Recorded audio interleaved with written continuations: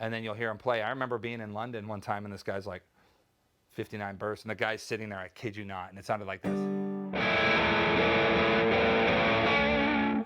And I looked at him and I said, that's what a 59 burst sounds like?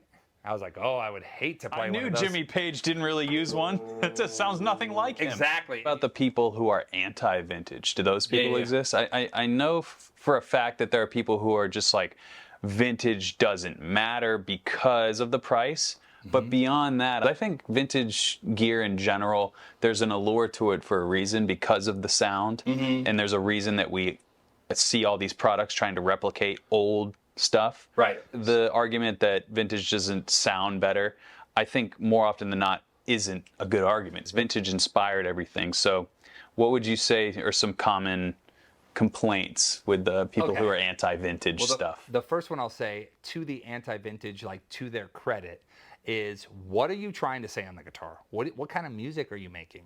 I have friends that play in some of the biggest metal bands that legit go, dude, I don't play vintage. I want the most snarly, biting tone. You know, I don't want feedback. I don't want squealing.